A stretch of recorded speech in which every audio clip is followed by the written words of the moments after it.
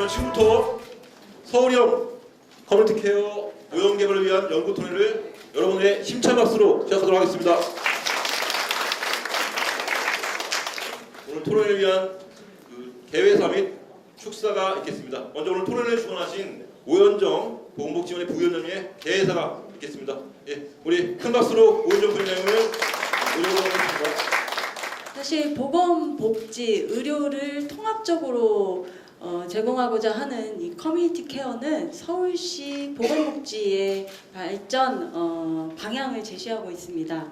특히 앞으로는 더 갈수록 심해지고 있는 인구 노령화로 인해서 만성질병과 중증질병 이런 것들이 더 많은 발생 빈도를 가져올 것으로 예상되고 있는데요. 이것은 어떻게 보면 사회에 더 큰 부담으로 우리한테 다가올 것이라고 생각을 하게 됩니다. 사실 노인은 큐어가 아니라 케어라고 생각하는데요. 건강할 때 건강하게 잘 관리해서 정말 100세 시대에 건강하게 잘 사실 수 있도록 하는 것, 그것이 굉장히 중요하다고 생각을 하고요. 이러한 변화는 어떻게 보면 의료 전달 체계가 병원 중심의 의료 전달 체계에서 지역사회 중심으로 그 패러다임이 전환되고 있다고 생각을 하고 있고요. 또 이런 변화에서 커뮤니티 케어는 지역사회 중심으로 한 돌봄 체계의 구축이 절실하게 필요하다고 생각을 하고 있습니다. 그런 커뮤니티 케어가 우리나라의 정서와 시스템에 맞게 세심하게 설계가 되어야 할 것으로 생각되고 있습니다.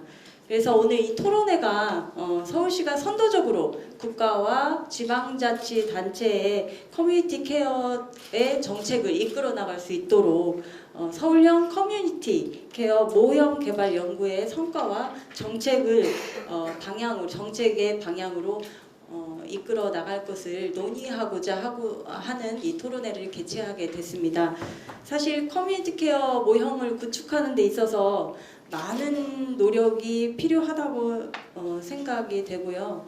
또 그동안의 의료 전달 체계에서 그 병원 중심의 의료 전달 체계에서 경로 의존하고 있는 이런 문제와 또 그리고 유사 사업인 301 네트워크 이런 사업에 있어서 면밀한 평가를 통해서 또 커뮤니티 케어에 더 올바른 발전 방향이 모색되어야 할 것으로 생각되고 있고요.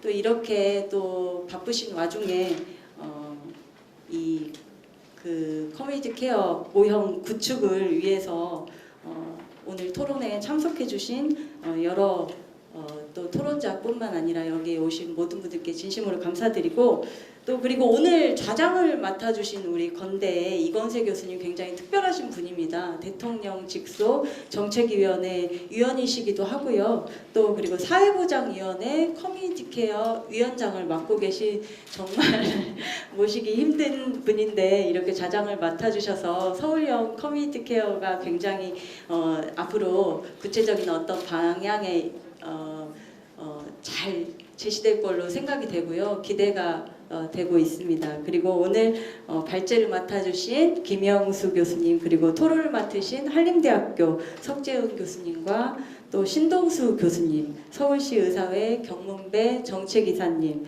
그리고 부부병원의 이지원 의료사회복지사 선생님께서 이 자리를 함께 해주셔서 정말 진심으로 감사의 말씀을 드리고 또 다양한 오늘 이제 의견이 모아져서 좀 더 구체적이고 세심한 발전 방향이 논의될 것으로 기대되고요. 또 이 자리에 함께해 주신 모든 분들에게 항상 건강하시고 행복하시라는 말씀 전하면서 개회사를 마치도록 하겠습니다. 감사합니다.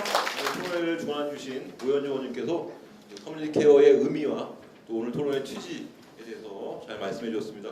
오현정 의원님께서는 작년부터 계속해서 그 돌봄이 필요한 사람들이 지역에서 돌봄을 받으며 살아갈 수 있는 커뮤니티 케어에 대한 지속적인 관심을 가지고 의정 활동을 하고 있으십니다. 다음은 원래 오늘 이제 서울시 신원철 의원님께서 축사를 해주기로 하셨는데요.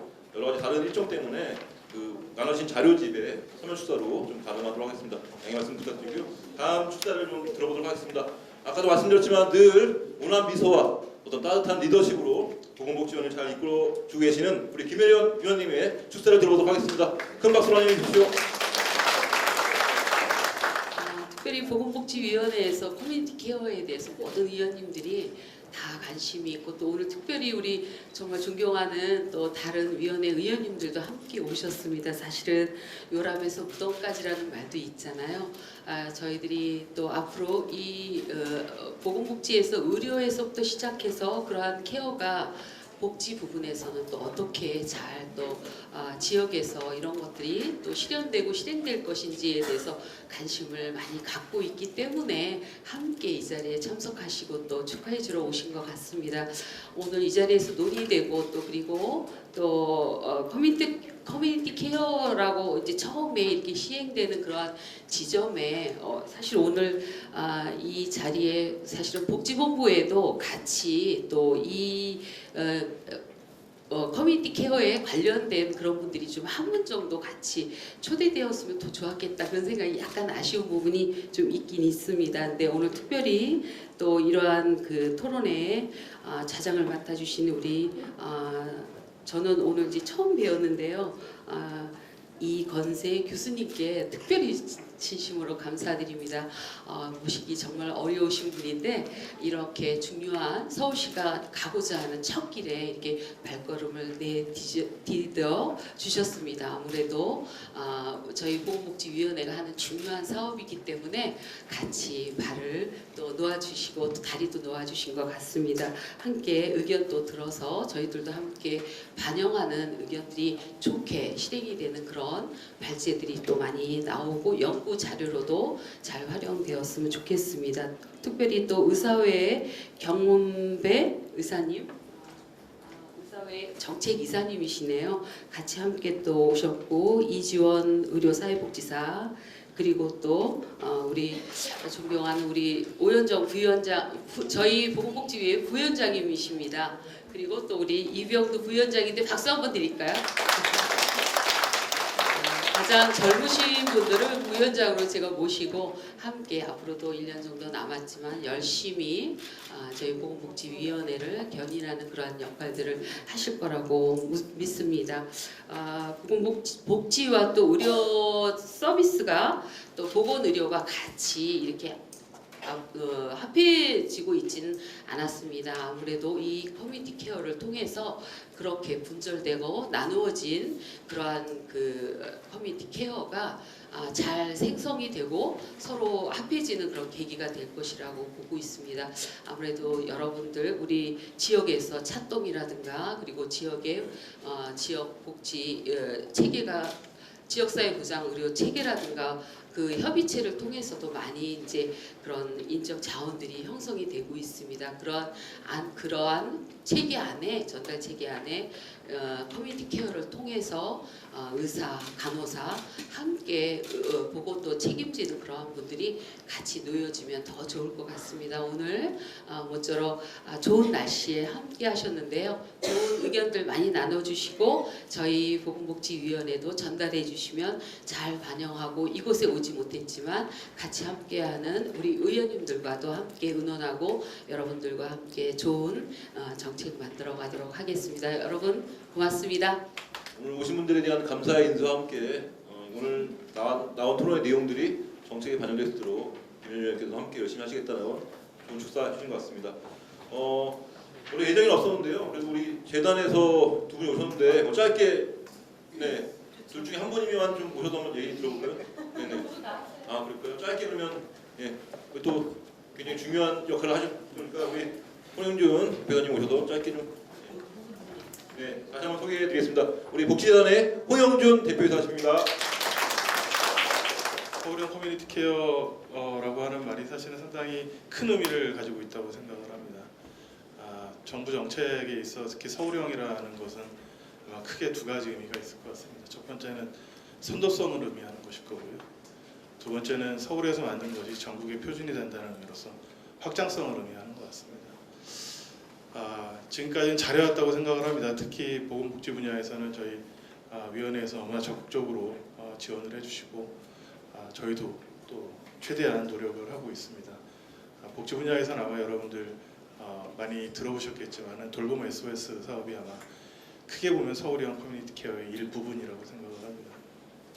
서울형 커뮤니티 케어 자체가 커뮤니티 케어가 워낙 큰 개념이기 때문에 그 안에서의 부분에 지금 하나의 픽셀들을 맞춰가고 있는 과정이라고 생각을 하고 있습니다. 그런 면에서 오늘 사회를 맡아주신 이건세 교수님, 전체적으로 커뮤니티 케어를 가장 잘 알고 계신 분으로서 모시기 힘든 분인데 와주셔서 참 감사드린다는 말씀을 하고요. 아까 저희 위원장님께서 말씀하셨지만은 오늘 토론의 이 초점이 보건과 의료 쪽이 조금 집중이 되어 있는 것 같은데 저희 복지 쪽에서는 아마 커뮤니티 케어의 가장 석학이라고 하실 수 있는 한림대 석재훈 교수님이 오셔가지고 저희 복지 쪽 의견도 충분히 균형 있게 말씀해 주실 거라고 생각을 합니다. 계속 이렇게 공부해 나가면서 진정한 서울형 모델 또 이것이 확장되면 대한민국 모델이 될 수 있는 그러한 기회가 됐으면 좋겠다는 생각입니다. 감사합니다. 우리 김영대 대표님도 짧게 좀 오셨으니까 인사가 좀 짧게 좀. 50+ 재단 역시 사실은 서울에서 출발해서 지금 이제 전국을 이렇게 좀 알려지고 또 그 각 시도에서 준비를 많이 하고 있습니다. 더불어서 이제 다른 나라에서도 저희 이제 재단 견학으로 오게 되는데요. 아무래도 이제 그런 점에서 우리 서울시가 나름대로 각종 복지나 이런 재단의 역할을 선도해 나가는 의미가 좀 있는 것 같습니다. 그런 점에서 특히 저희는 이제 공부하면서 이 온 자료를 보니까 저희 50+ 세대, 특히 은퇴자 이분들이 그 앞선 세대의 케어에 함께 동참하고 또 함께 나갈 수 있는 길을 열어가는 게 굉장히 중요하지 않겠냐 이런 생각을 과제를 가져보고요. 아무튼 그 보건복지위원회가 이제 최근 여러 개 토론회를 하는데 우리 김혜련 위원장을 비롯해서 의원님들이 열심히 정말 이 보건복지 또는 여기 복지의 그 확장성을 위해서 굉장히 노력하고 계시다는 걸 알게 됐습니다. 아무튼 같이 공부하고 노력해서 열심히 서울형 모델을 만들어 나가는 데 있어서 같이 기여하겠습니다. 감사합니다. 행사를 주관해야지 위원장 서울시 의회 보건복지부위원장님께 감사드리고요. 김혜련 위원님께도 감사를 드립니다. 제가 위원장으로서 보건복지부하고 많은 토론들을 하고 회의를 하는데 아직 모형이 없어요. 중앙이 좀.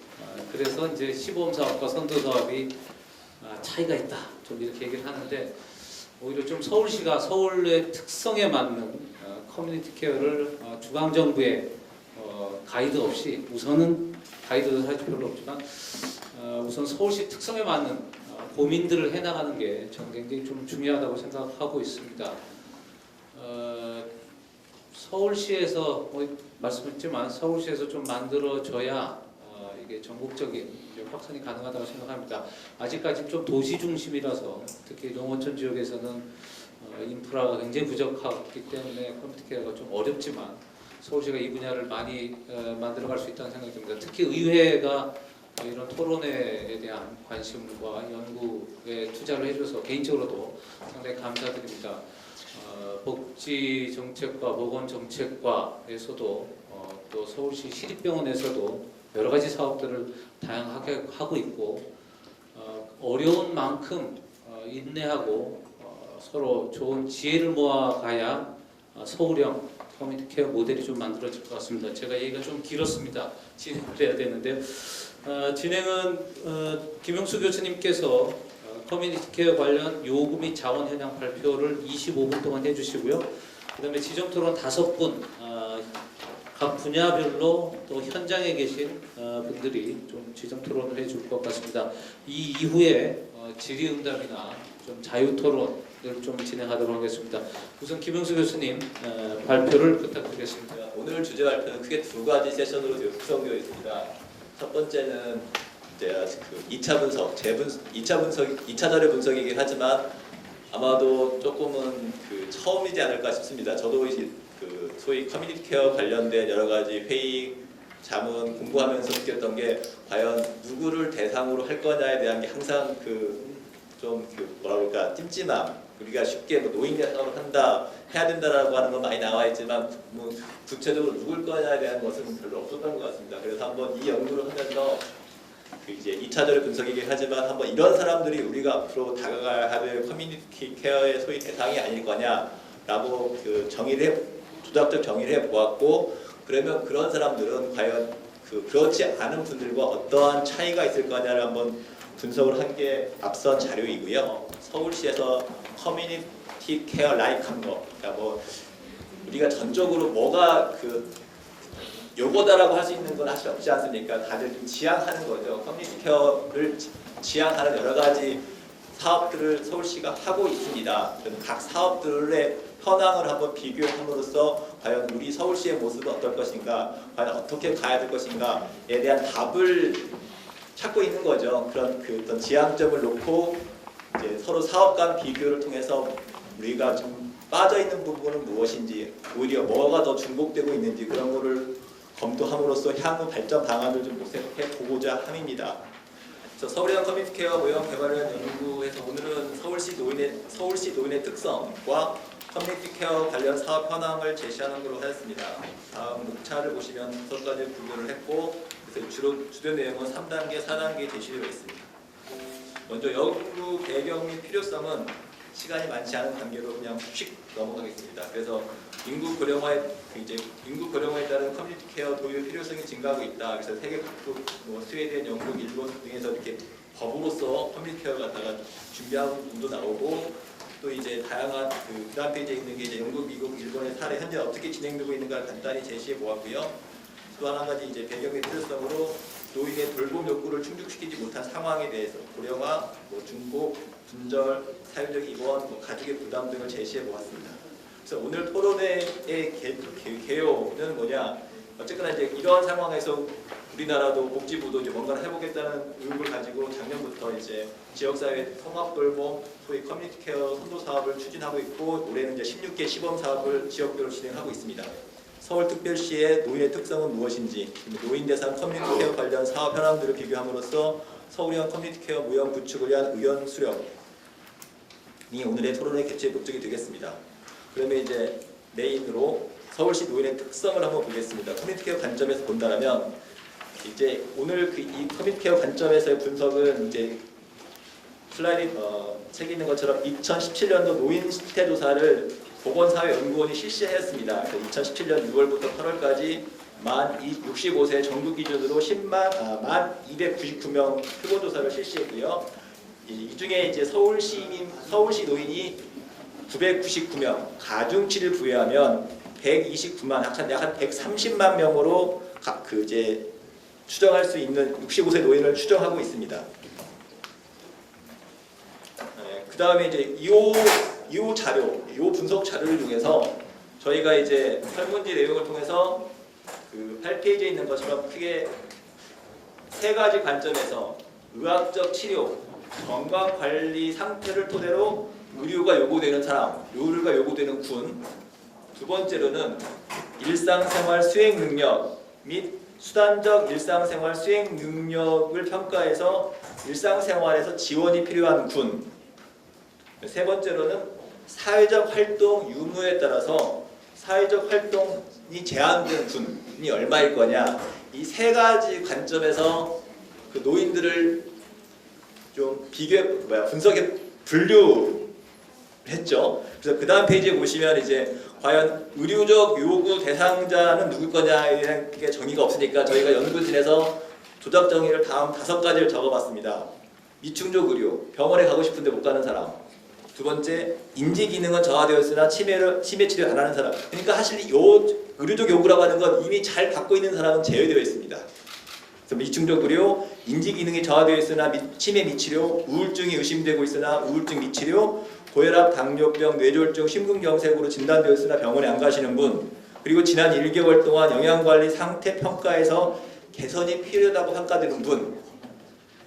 이 수치를 좀 제시했는데요. 수치를 가져왔는데 이 슬라이드가 없는 관계로 그다음 이제 그래서 이렇게 평가되시는 분이 약 몇 분인 분이 서울시 노인 129만 명, 약 130만 명을 토대로 평가했을 때 약 35.5%, 한 46만 명이 걸립니다. 앞에 조작적 정의로 5개 중에 어느 하나를 갖고 계신 분이 약간 46만 명, 35.5, 36%. 그다음 두 번째로는 이제 생활기능 지원 대상자. 그래서 이제 소위 ADL, IADL에서 부분적으로나마 도움이 필요한 사람. 조금 넓은 거죠. 부분적이면은 어쨌거나 응답자가 되셔야 하는 거지만, 그러니까 ADL 또는 IDL에서 부분적으로 도움이 필요하신 분이 얼마냐? 약 20.3%. 그러니까 한 5분, 노인 5분 중에 1분 정도는 일상생활에서 도움이 필요한 겁니다. 그래서 ADL이 한 9%, IADL이 한 20%. 그래서 두 가지 중에 하나를 가지신 분이 어쨌거나 20.3%, 한 26만 명이 확인이 되고요. 세 번째로는 이제 사회적 활동 제한자, 10페이지에 있습니다. 슬라이드 16번. 그 사회적 활동 제한자라고 하는 거 어떻게 정해 있는 분이 여기에 8가지를 적어놨습니다.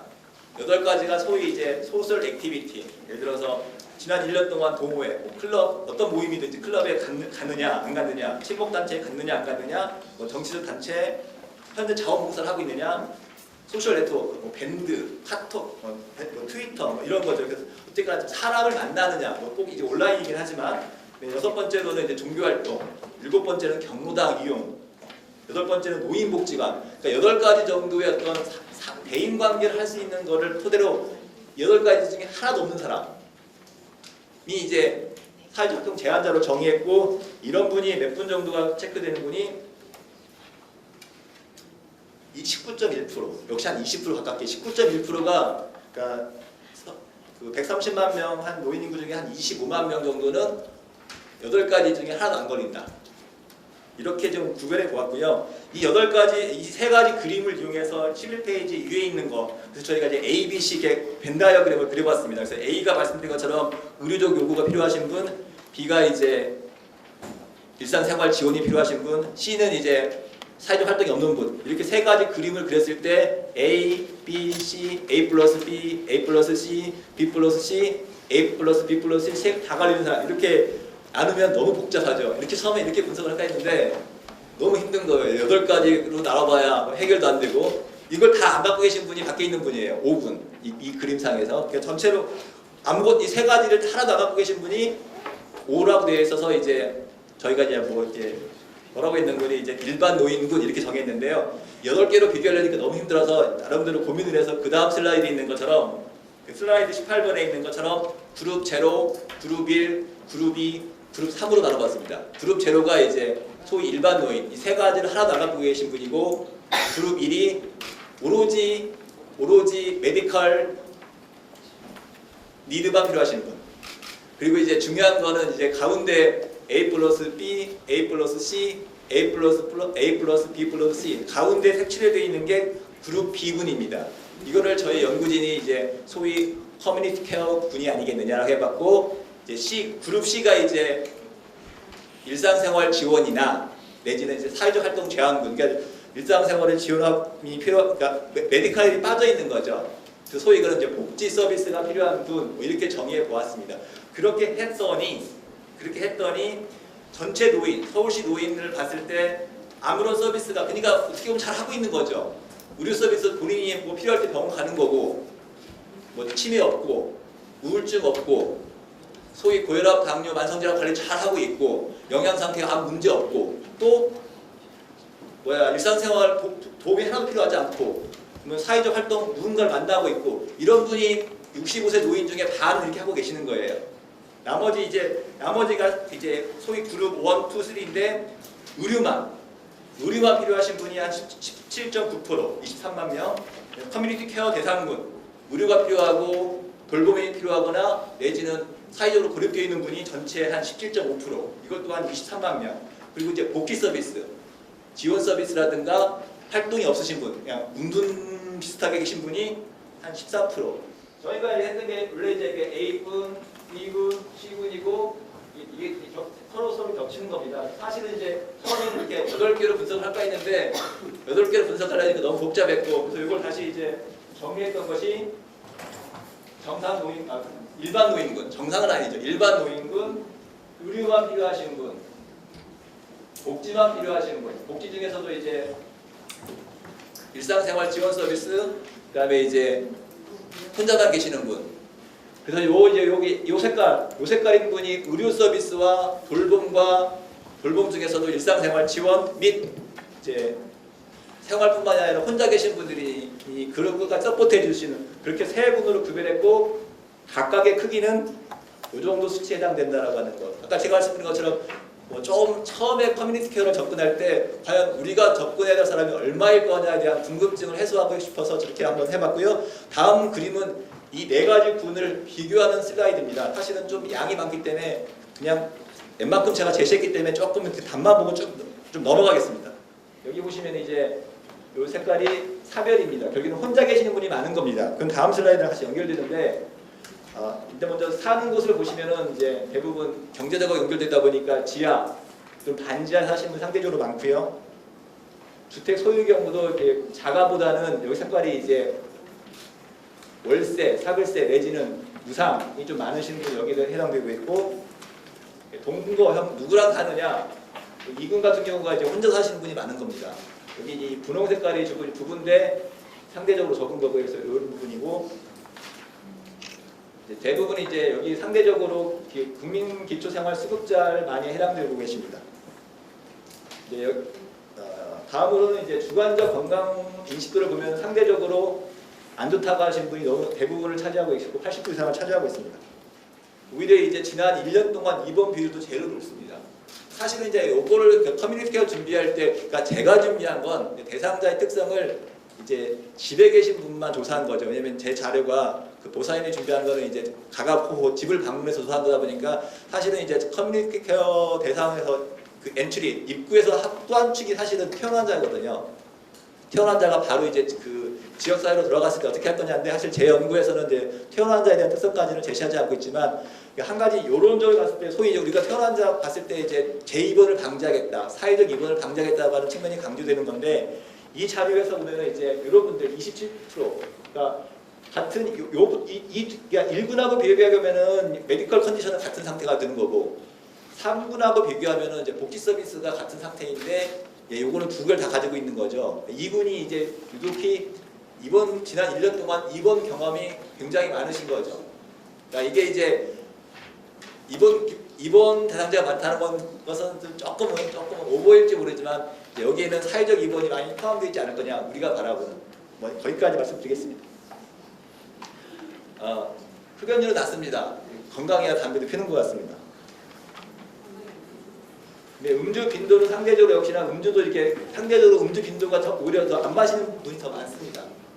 아까 이거 조금 이제 더 분석을 해야겠지만 아까 말씀드린 것처럼 이제 건강 상태, 영양학, 나이 그런 것이 반영되지 않았을까, 성별도 반영됐을 거라고 생각됩니다. 그러니까 2군이 상대적으로 고령자가 많았고 여성이 더 많았다는 걸 아마 기억하셔 주시면 좋겠고요. 운동 실천율은 낮고요. 운동 실천율의 정의는 이제 일주일 동안 150분 이상 운동을 했다라고 응답하신 경우입니다. 예, 그 중에서도 운동하고 관련되어 있을지 모르겠지만 이제 근력 상태, 손을 사용하지 않고 앉고 일어서기를 5번 시행할 거냐는 상대적으로 더 못하고 계시는 경우가 나올 수 있거든요. 그러니까 수행하시는 분이 굉장히 낮은 거죠. 다른 분에 비하면. 예, 비만도 굉장히 여기 보면 사실은 우리가 보통 비만도 25 이상을 비만으로 봅니다. 18.5면은 굉장히 많은 겁니다. 18.5에 해당되신 분이 상대적으로 제일 높습니다. 근데 이제 경로 식당 또는 식사 배달 서비스를 이용해 보았느냐인데 그거는 또 차이가 없습니다. 그러니까 오히려 복지 서비스가 더 많을 것 같은데 복지 서비스보다는 오히려 이제 1번, 2번, 이 두 분은 의학적 상태가 비슷한 분이거든요. 그러니까 오히려 의학적 상태가 안 좋으신 1군, 2군이 좀 상대적으로 높고 복지 서비스가 필요하신 분은 좀 낮았던 경향을 보였고요. 건강검진 참여율은 이제 2군이 가장 낮았습니다. 그다음에 이제 치매 검진 참여율 같은 경우는 큰 차이는 없었는데 오히려 약간의 이제 2군, 3군 복지 서비스가 필요하신 분들이 낮게 나타났고요. 노인 장기 요양보험 신청 경험률도 이제 0군이라 일반 노인도 내지는 의학적 치료하고 계신 분은 없었고요. 여기 이제 제가 정의했던 커뮤니티 케어 치료군이 25분 중에 한 분 정도가 치료 경험을 갖고 계셨고 실제로 이제 보험 그 장기요양 보험 등급을 받은 비율을 보시면은 이제 여기 이제 그러니까 0군, 1군은 없었고 2군 같은 경우 이제 커뮤니케이션 필요하신 분이 이제 1급, 그러니까 1급, 2급, 3급이 있고 이 정도 다양한 상태를 보이고 있고 또 의학적 상태가 조금 더 복지 서비스가 필요한 분보다는 더 많은 걸로 나타나고 있습니다. 그러니까 주로 받는 서비스는 이제 2군은 커뮤니티 케어 이게 2군이고 3군은 이제 복지 서비스만 필요하신 분인데 상대적으로 복지 서비스만 필요하신 분은 이제 방문 요양이 더 많았던 거고 이제 2군 같은 경우는 방문 간호가 이렇게 방문 간호 내지는 시설 이용자가 상대적으로 이렇게 많고요. 그 복지 서비스만 필요하신 분은 방문 요양, 오교, 죄악안 보호 서비스를 좀 더 상대적으로 많이 받고 있음이 나타나고 있습니다. 요양보험을 신청하지 못하는 그러니까 등급을 신청하지 않는 이유가 뭘 거냐가 상대적으로 대부분 이제 뭐 노인들이다 보이긴 하지만에도 불구하고 건강하다라고 답하신 분이 많은데 그럼에도 불구하고 요 부분들은 이제 또 건강하다고 하신 분은 굉장히 작은 거고요. 건강이 양호해서 상당히 좋았고 주변에 오히려 이제 모른다. 노인 장기 요양 보험에 대해서 알지 못한다가 이렇게 많이 차지하고 있습니다. 어떻게나 이제 뭐 이제 실제로 대상자가 될지 안 될지는 그 다음 문제지만 일단 뭐 알아야 본인이 신청할 건데 이런 부분이 굉장히 낮다는 걸 알 수가 있습니다. 다음으로는 이제 경제 활동을 참여하고 있느냐. 당연히 이제 뭐 연세 고령자 내지는 이제 그 성을 고려했을 때 경제 활동 참여는 가장 낮고요 현재로서. 그다음에 요 슬라이드 좀 재밌는 슬라이드인데요. 그러니까 네 분, 비동거 생존 자녀, 비동거 손자녀, 내지 형제 자매 내지는 좀 내가 조금 도움을 뭐 속내를 터놓을 수 있는 친인척 내지는 친구 지인이 얼마나 있냐를 갖다가 이렇게 분석한 겁니다. 그래서 이제 순서대로 0군, 1군, 2군, 3군을 쭉 봤더니 비동거 생존 자녀라든가 비동거 손자녀 내지는 뭐 형제자매 뭐 조금은 낫기도 하지만 뭐 그냥 뭐 소소인데 가시면 이제 친인척 조금은 내지는 이제 친구 지인 뭐 이런 분들이 도움을 다 주시면 참 좋겠지만 현실적으로 이런 것도 이렇게 무시 못하는 거 가까이 계신 분이 더 나은 것이 있는데 이제 2군에 있어서는 친구 지인 가까이 계신 분들이 굉장히 없다라고 답을 많이 주셨습니다. 여기 이제 세 번째 있는 것처럼 가족 보호자가 돌봐주지 않는다. 그러니까 사실 잘 돌보면 필요로 하는 대상이 돌보면 그냥 이렇게 못 받고 있다라고 또 응답을 해주셨던 거고요. 마찬가지로 이제 방임 여기 나오고 있습니다. 그러면 이제 내부는 생활비 지불 부담을 어떻게 하고 있을 거냐에 대한 부담에 있어서 이제 여기 요 색깔들이 대부분 이제 본인과 배우자가 부담한다는 부분이 많은데 역시나 2군에서는 이제 그 비율은 낮고 상대적으로 요 색깔부터가 이제 자녀가 대부분의 전액을 부담받는 일정 부분 한다고 하는데 외부 사람들 지원을 받는 부분이 이 부분인데 요 비율이 2군이 가장 많았고 생활비 다음으로 이제 의료비 같은 경우는 더 심하게 되는 거죠. 본인이 본인이 부담하는 비율은 다른 거에 한 반 정도밖에 안 되는 거고 대부분 다 이제 자녀가 보조하거나 자녀 일정 부담들 내지는 여기 이 색깔은 이제 사회복지기관이 부담하는 것도 가장 큰 거로 나타나고 있습니다. 간병비 부담 같은 경우는 이제 부담할 수 없는 경우가 더 많긴 하지만 상대적으로 2군, 3군이 이제 비슷한 경향을 좀 보이고 있습니다. 총괄적으로 가족 또는 가족외로부터 일상생활 수행에 얼만큼 도움을 받고 있느냐. 그러니까 역시나 이제 0군, 1군은 도움이 없다 보니까 응답자가 없었던 거고요. 2군, 3군도 봤더니 약 한 4분의 3 정도는 어쨌거나 뭐 도움을 받고 있다. 밖으로 크게 이제 해줬고 이제 그러면 도움을 받았는데 충분하느냐에 있어서는 충분하다고 응답하시는 분 내지는 보통까지 포함한다라면 이 정도고 결국에는 이제 부족하다, 매우 부족하다는 비율이 한 3분의 1 정도 차지하고 있다. 그 다음 페이지 보시면 또 이제 거동이 불편할 때 어디 사시고 싶냐 했을 때 자가가 한 60%대 나온 거고요. 좀 신기한 거는 우리는 아직은 조금은 아파트 문화에 익숙해서 그런 건지 돌봄, 식사, 생활편의 서비스 등이 제공된다면 유인 요양시설도 괜찮겠다라고 응답하시는 분이 평균 한 30%, 그러니까 4분의 1에서 30%밖에 나왔다는 것은 아마 일본 같은 자료랑 비교하면 많은 차이가 나는 것 같아요. 그러니까 제 의도는 이제 현재까지 드러나 있는 저희가 분석한 거는 이제 비교했던 거는 4가지 사업인데요. 4가지 사업이 어떻게 하고 있는지 어느 정도의 모습인지 그냥 드러난 것만 좀 제시하고 싶었던 거고 혹시 부족한 거는 제가 부족한 거니까 너무나 이렇게 사업만 여기 인쇄된 것만 가지고 사업을 좀 바라봐 보시면 안 될 것 같고 또 좀 더 깊이 있는 내용은 보고서에 담도록 노력하겠습니다. 다만 이제 좀 이렇게 짧은 표현으로 내분간 현재 우리는 이 정도로 하고 있다. 그래서 제가 이 현재 그 모습을 비교하고 싶었던 거는 모습이 뭘 거냐, 그러니까 중복되는 거, 빠져 있는 거, 제가 이제 파라미터로 제시했던 내용들을 충분히 반영할 수 있을 거냐. 그리고 아마 그 플로우에 계신 분들도 다 지금 이 4개의 사업에 다 어떻게든지 아마 조금씩은 관련되어 있는 분들이 되니까 자기 사업은 아마 충분히 아실 것 같습니다. 네, 자기 사업이 아닌 다른 사업은 어떻게 되어 있는지, 과연 우리 사업은 현재 모습에서 어떻게 갖는 게 더 바람직할 건지, 오늘 이 자리에 토론하고 싶은 내용도 그런 부분이다 보니까 그런 관점에서 좀 바라봐 주시고 왜 우리 거는 이렇게 적어요, 이렇게 많아요, 뭐 이런 거는 좀 안 해줬으면 좋겠습니다. 그리고 이제 서울시 301 네트워크 사업 이제 맨 처음 북부병원 2014년부터 시작해서 지금은 이제 전국 확대까지라고 표현보다는 이제 전국 확대됐죠. 왜냐면 지방에 있는 병원에서도 이제 이런 301 사업을 하겠다고 하는 지역으로 전국 지역으로 확대가 됐으니까 그런 301 사업을 넣었고요. 301은 이제 그래서 이제 대상 지역이 그 이제 구에 머물지 않는 구를 넘나드는 형태로 좀 진행하고 있습니다. 이제 9단위 사업으로 진행되고 있는 게 이제 건강돌봄 서비스. 작년부터 시작을 해서 4개 구, 올해 6개 구가 추가돼서 현재 10개 구에서 하고 있습니다. 돌봄 SOS 사업. 이제 현재 5개 구에서 시범 사업을 하고 있습니다.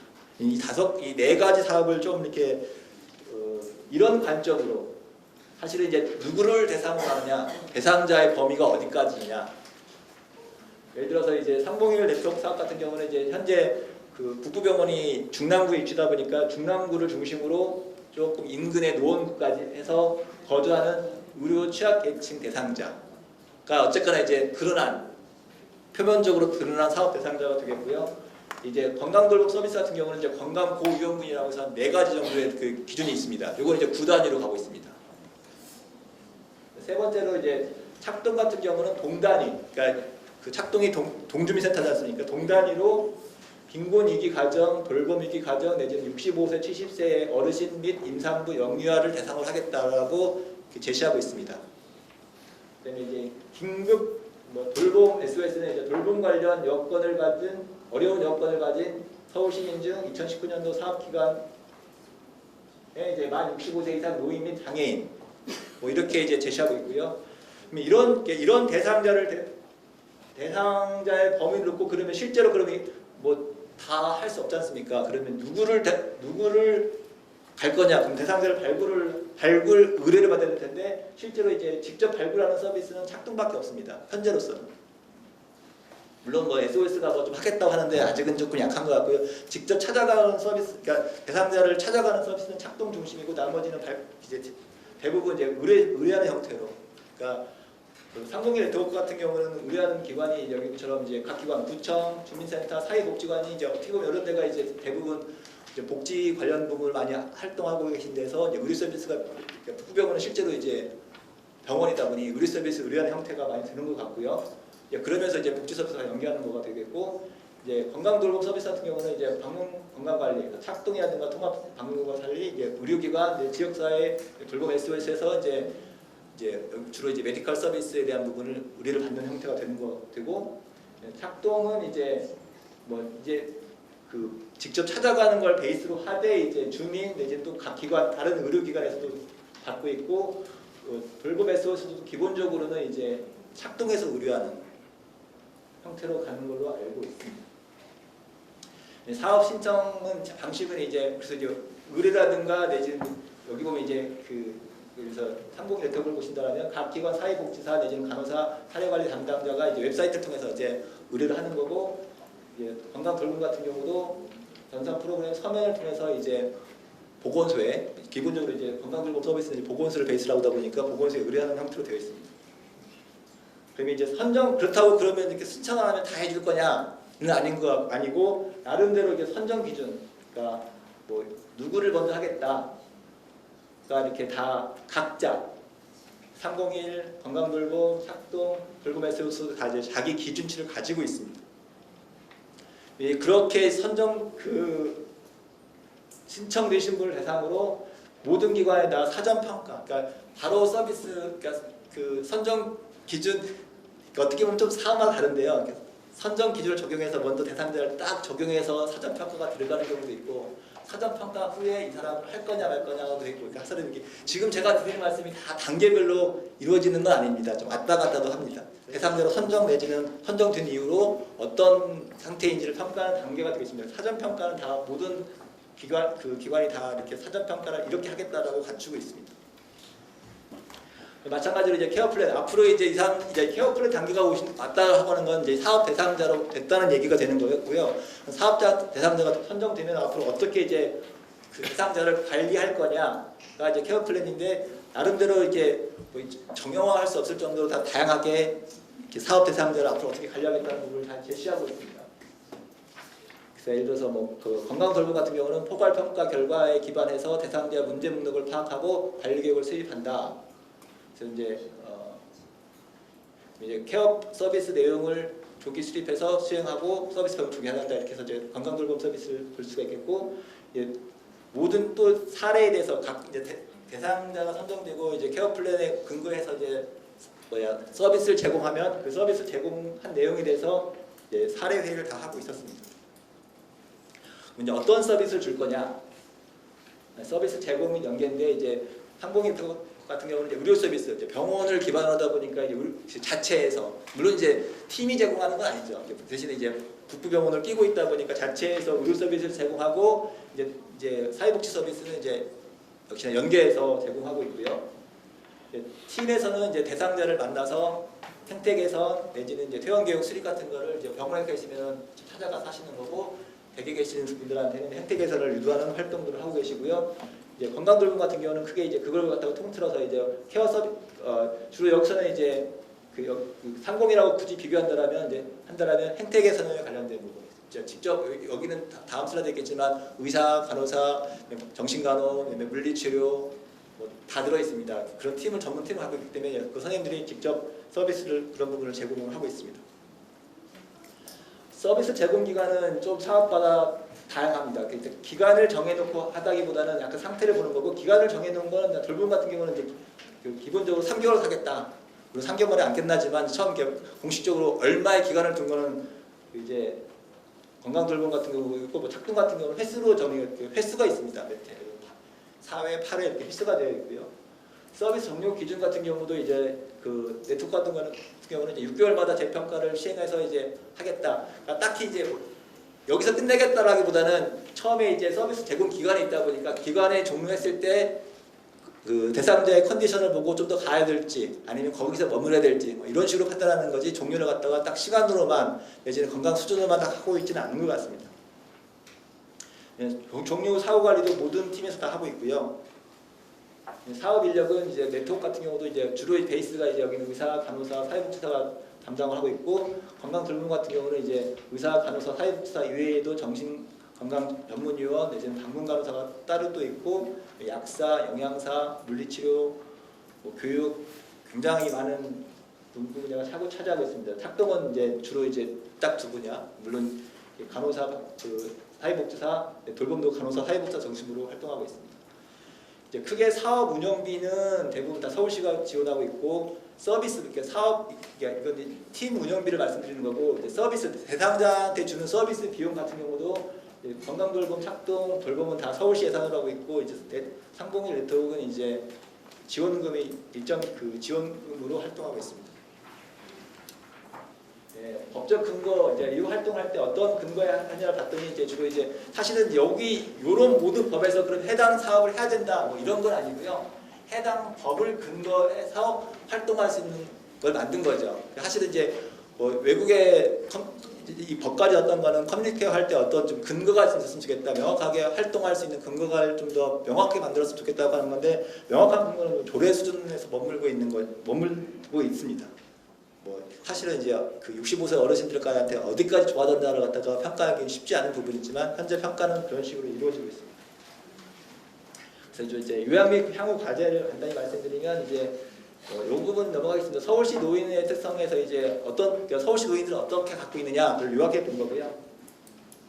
그건 이제 사실은 요 말씀 잠깐 드리고 끝내겠습니다. 그래서 이제 서울시 노인 대상 커뮤니티 케어 관련 사업 현황, 저희가 이제 대상자의 범위, 발굴 의뢰, 신청 방식, 대상자 선정 기준, 사전 평가, 케어 플랜 수립, 사례 회의, 내지는 직접 서비스 제공 범위와 연계, 제공 기간, 종료 기준, 사후 관리, 수행 인력, 운영비, 서비스 비용, 법적 근거, 평가를 통해서 이제 4개 사업을 비교하려고 했는데 아마 앉아 계신 분도 좀 어렵겠지만 저도 사실은 이게 딱히 저렇게 한 10개, 10개 평가 기준으로 4개를 비교했을 때 딱히 뭐가 옳다 내지는 이만큼 하면 충분할 거냐에 대한 거를 처음에 의도했던 만큼 나름대로 그냥 기술을 하겠다 이 정도라고는 이렇게 보여주고 싶은데 이제 이게 얼만큼일 거냐에 대한 건 사실은 저도 아직도 좀 진행 중이고요. 과연 4개가 서로 조금은 이제 상대방을 바라볼 수 있을 거냐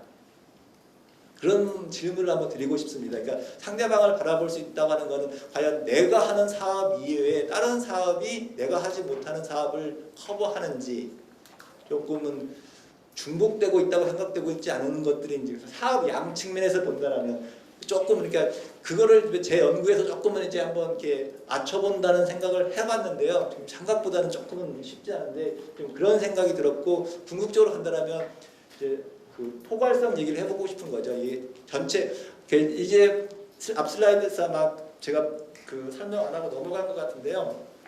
이게 마지막 슬라이드라서요. 그러니까 서울시 그래서 이제 그 커뮤니티 케어 대상군이 몇만 명 얼마 되면 약 한 17만, 1만 명 정도 나왔던 것 같아요. 17% 18% 해가지고 그래서 그냥 퉁친다는 말씀 쓰잖아요. 퉁치면 25개국으로 나오면 9,100명이 나오더라고요. 조금 뻥치면 10,000명인 거예요. 한 개 구당.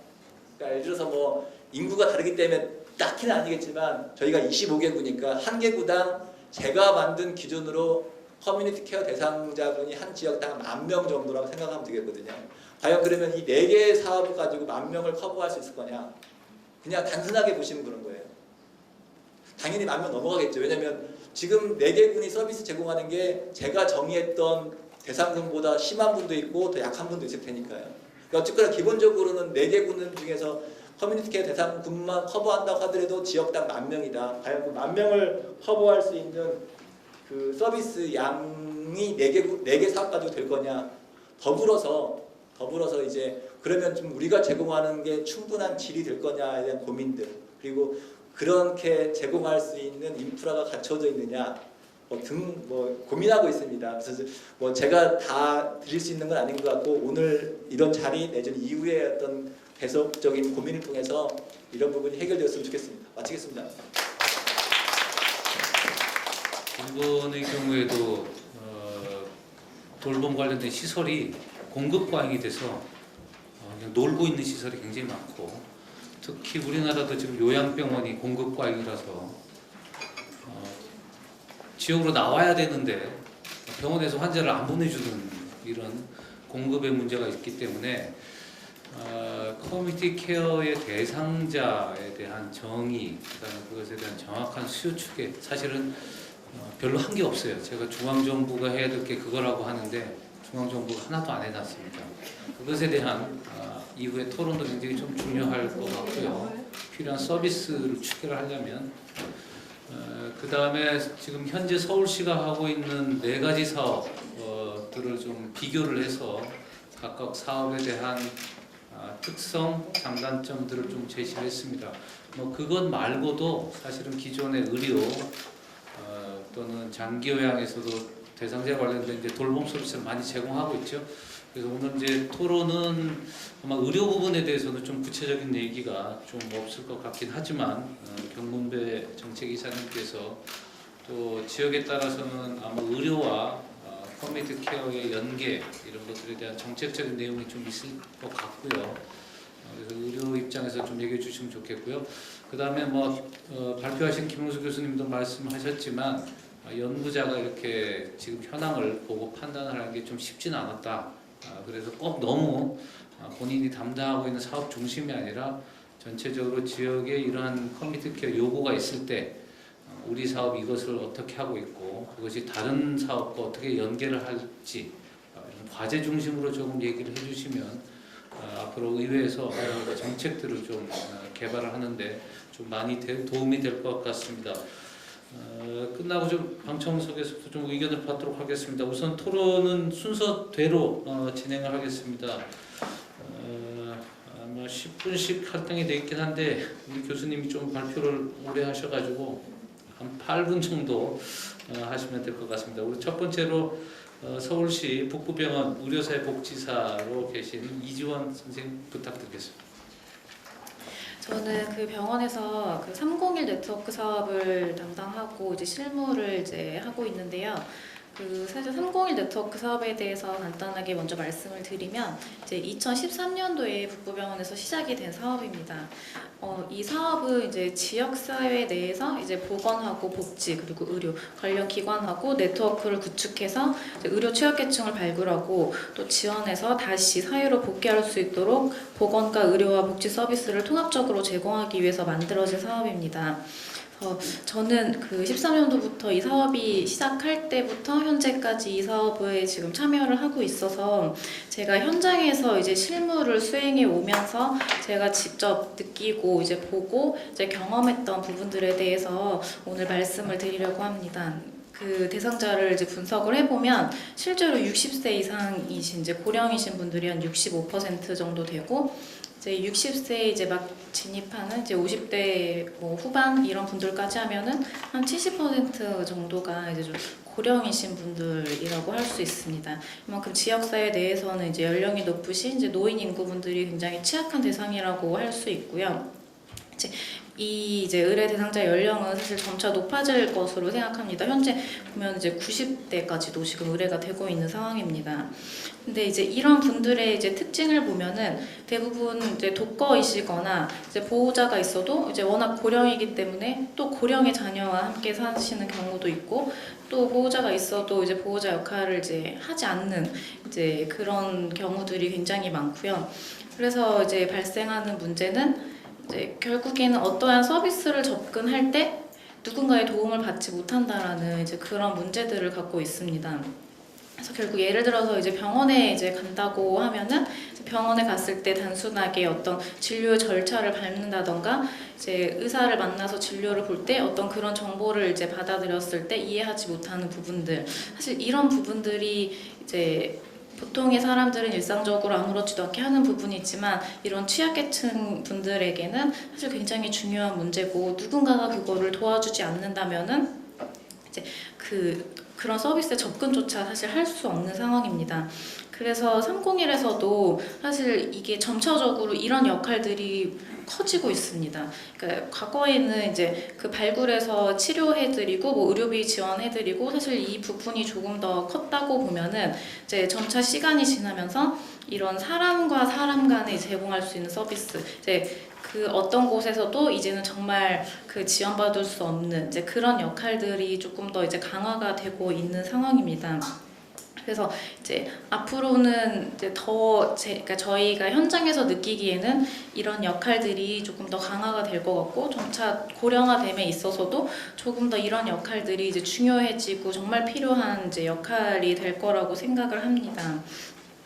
그리고 그 다음으로 또 말씀을 드리고 싶은 부분은 이제 그 정신과 그 질환을 동반하신 분들, 아마 현장에 계시는 많은 선생님들은 굉장히 많이 공감을 할 부분이라고 생각이 드는데 이제 정신과 질환을 저희가 이제 저희 병원 환자분들을 분석해 봤을 때 90% 이상 다 정신과 질환을 동반하고 계셨습니다. 뭐 단순 우울증에서부터 뭐 심한 질환이 있으신 경우도 있었지만 그래서 이런 부분들, 그러니까 그 정신과 질환을 가지신 분들이 결국에는 지역에서 이제 어떤 케어를 받으셔야 되는데 이제 그런 케어를 해줄 수 있는 그런 어떤 다양한 인프라가 아직은 좀 부족하고 그리고 또 알코올 문제 있으신 분들 특히 지금 고령이신 분들을 떠나서 알코올 문제는 좀 40대에서 50대 이제 후반이신 분들, 이제 혼자 거주하시는 이제 독거하시는 남성분들의 이런 문제, 사실 현장에서는 이런 부분에 대해서 어떻게 접근을 해야 되고 어떻게 개입을 해야 되고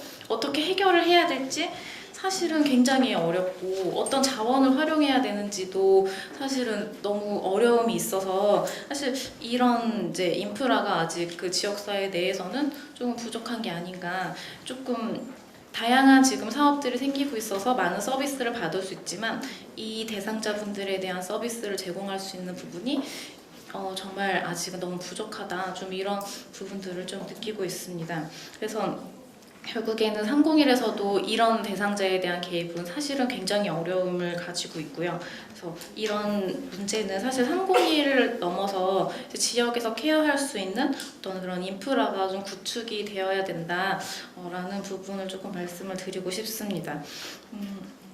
그리고 마지막으로 이제 저 짧게 말씀을 그냥 드리려고 마지막으로 사실 그 301 네트워크 사업을 하면서 저희가 이제 맨 처음에 이 사업을 시작할 때 그 좀 외부에서 이제 어떤 펀드를 받아서 이 사업을 이제 의료비를 지원하는 것으로 운영을 했는데 이게 그 초기에 좀 큰 펀드를 받았고 사실 이게 2017년을 기점으로 이 펀드가 다 소진이 되고 2018년도에는 사실은 펀드 없이 그냥 이제 이 사업이 운영이 돼서 결국에는 이제 병원에서 그 문제들을 이제 떠안고 있다가 19년도에 소액의 이제 펀드를 유치를 했지만 사실 너무 소액이기 때문에 좀 많이 이제 좀 부족한 상황이고 그리고 이제 병원에서는 그 이것을 노력하기 위해서 정말 많은 에너지를 쏟고 있음에도 불구하고 사실은 좀 해결하기 어려운 부분이 있습니다. 그래서 병원이 조금 많이 사실 이 부분들을 이제 그냥 이렇게 감수하고 사실은 이 사업을 운영하고 있는 상황이라서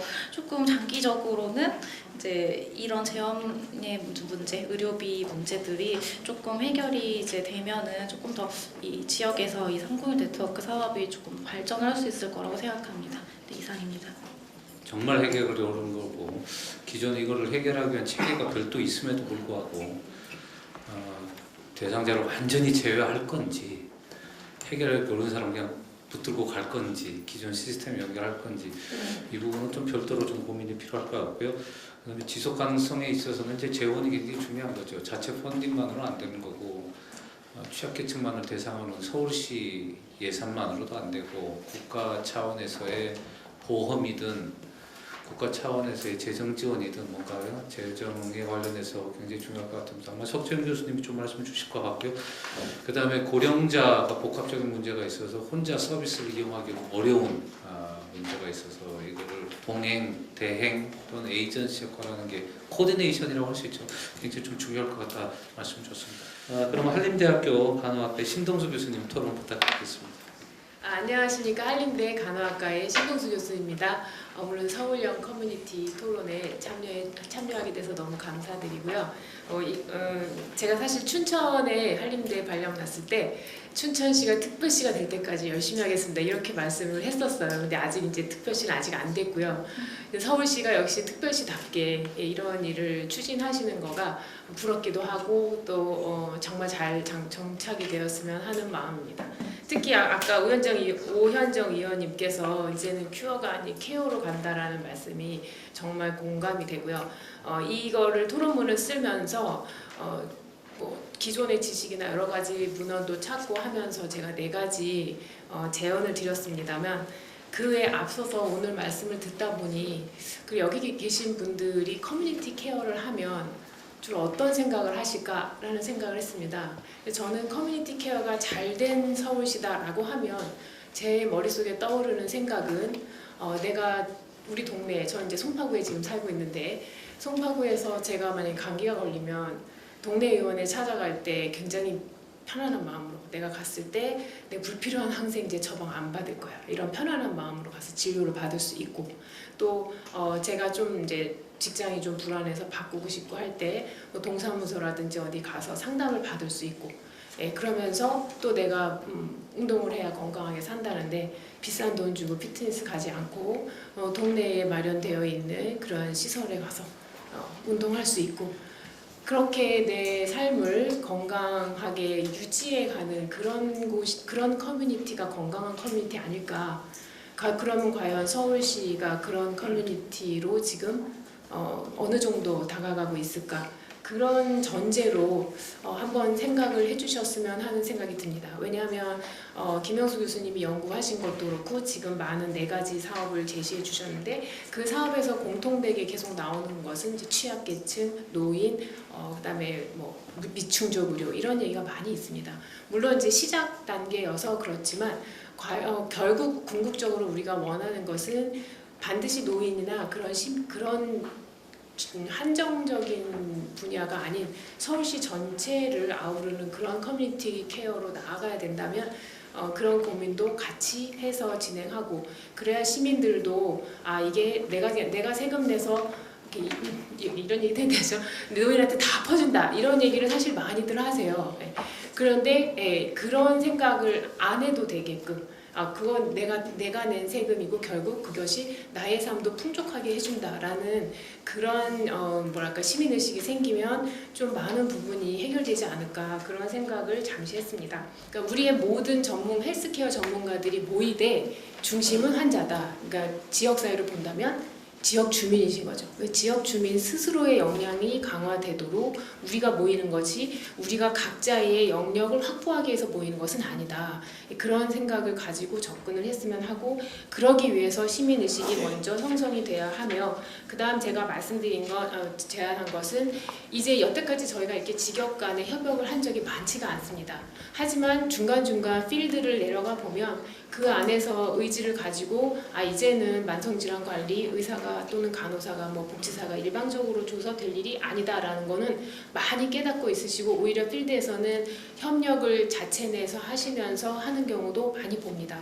그러니까 그런 것들이 그런 필드에서 일어나는 일들이 이런 정책에 반영될 수 있게 같이 통로가 좀 마련되면 좋을 것 같고요. 그걸 바탕으로 직역 간의 책임과 권한이 합리적으로 배분이 되었으면 그렇다면 이것은 각 직역마다 그 직종 간의 고용 상태나 이런 것들이 유사해야 되는 거죠. 그런 것까지 같이 연결될 것 같습니다. 그리고 마지막으로는 다학제간으로 접근을 하는 얘기는 이제 올해 그러니까 몇 년 전부터 나왔지만 외국은 발빠르게 교육제도라든지 시민교육이라든지 이런 것들이 마련이 되었습니다. 하지만 우리나라는 아직까지는 이에 대한 시민들에 대한 홍보, 교육, 세미나 또 전문가 집단에서는 교육과정에 포함이 된다든지 이런 것들은 아직 굉장히 미흡한 단계여서 그런 부분이 조금 더 보완이 됐으면 합니다. 그래서 마지막으로 한 예를 든다면 그쵸, 제가 네, 마지막 예를 든다면 여기 지금 4가지의 서비스가 굉장히 잘 진행되고 있고 헌신적으로 되고 있는데 그 4가지에서 어느 걸 버리고 어느 걸 취하고 이런 의미가 아닌 각각의 대표들이 같이 모여서 서로를 보완해주고 그런 방향으로 나갔으면 하는 그런 제안을 먼저 드리고 나중에 또 플로어 토론에서 같이 참여하겠습니다. 감사합니다. 스스로의 역량 강화 굉장히 중요하겠다. 업무를 지속적으로 하려면 전문가의 좀 안정적인 여건, 기반 확보가 중요하겠다. 좋습니다. 세 번째는 서울시 의사회 경문배 정책이사님 토론 부탁드리겠습니다. 네, 안녕하십니까. 서울시 의사회 정책이사 경문배입니다. 일단 서울시청에서 이전에 이제 지금도 하고 있는 건강 돌봄 서비스에 서울시사회도 적극적으로 좀 참여를 하면서 저희가 진행을 해가면서 이 서울시청에서 시행하고 있는 다양한 지역사회 돌봄 서비스에 관련된 그런 업무에 대해서 서울시사회는 지지하고 그만큼 지원하고 노력하고 있다는 말씀을 먼저 드리고 싶습니다. 현재 저희 서울시사회 기조방향을 먼저 말씀드린 이유는 어쨌든 지역사회에서 이 환자들한테 또 의사들이 적극적으로 다가가서 의료를 실현하기 위한 그런 의지를 갖고 있다는 부분을 먼저 말씀드리고 싶습니다. 커뮤니티 케어에 관련된 내용은 사실 너무나 방대해서 그 부분에 대해서 통합적인 부분을 제가 설명드릴 수는 없지만 일단 보건의료라는 이 부분이 이 커뮤니티 케어에서 상당히 중요한 부분이라는 것을 먼저 말씀을 드리고 싶습니다. 건강이라는 부분이 들어가 있거든요. 우리가 지금 노인 환자분들, 또 노인들에 대한 부분들을 우리가 고려를 하게 되면 결국 건강이라는 문제를 우리가 항상 핵심으로 생각하게 되고 있습니다. 오늘도 오셔가지고 다양한 어떤 의견들의 대부분은 결국은 건강에 관련된 부분이 가장 핵심으로 있었다고 저는 생각이 들거든요. 그러다 보니까 우리가 커뮤니티 케어라는 게 다양한 어떤 보건, 의료, 복지를 다 포괄하지만 그 중에서 이 보건, 의료 쪽이 절대 소외돼서는 안 된다. 그 부분이 어떻게 보면 더욱더 핵심적으로 갈 수 있는 핵심적인 부분이 될 수 있다고 생각을 하고, 그렇기 때문에 어떻게 보면 이 의사뿐만이 아니라 어떤 의료직들의 어떤 그 역할에 참여가 되게 중요하지 않을까 하는 생각이 듭니다. 그리고 이 보건의료를 그러니까 보건의료 파트 부분이 실제적으로 의료법이라든지 보건법이라든지 이런 부분들이 향후 커뮤니티 케어를 이제 만들어 가는 데 있어서 그 다양한 형태의 연계 서비스가 새롭게 만들어질 수 있는 그런 상황들이 연출되기 때문에 그런 부분들에 대해서 과연 법적 근거적인 부분을 우리가 어떻게 만들어 갈 건가가 되게 중요한 부분이라고 먼저 말씀드리겠습니다. 그렇다면 커뮤니티 케어에서 의료 직역단체들이 같이 통합적인 서비스를 하는 내용입니다. 우리가 의사뿐만 아니라 간호사, 약사, 치료사 등등 사회복지사부터 해서 다 의료 서비스의 어떤 그 통합적인 형태적인 부분들을 우리가 보는데 각각의 이 직역들이 다 참여를 해서 그 중요한 역할을 같이 해야 된다고 생각합니다. 자, 그런데 그런 부분에 있어서 어떠한 그 의사로서는 어떤 역할을 하는 게 더 중요한가를 말씀드리고자 하면, 일단은 이 치료적인 형태, 진단적인 형태, 의료 서비스하는 형태에 있어서 이 조정자의 역할을 해야 된다. 그리고 어떤 의사 판단에 대해서 결정을 할 수 있는 그런 어떤 중심이 되주는 역할을 해줘야 된다. 이렇게 말씀을 드리고 싶습니다. 물론 이거 자체가 어떤 상하관계를 의미하는 건 아닙니다.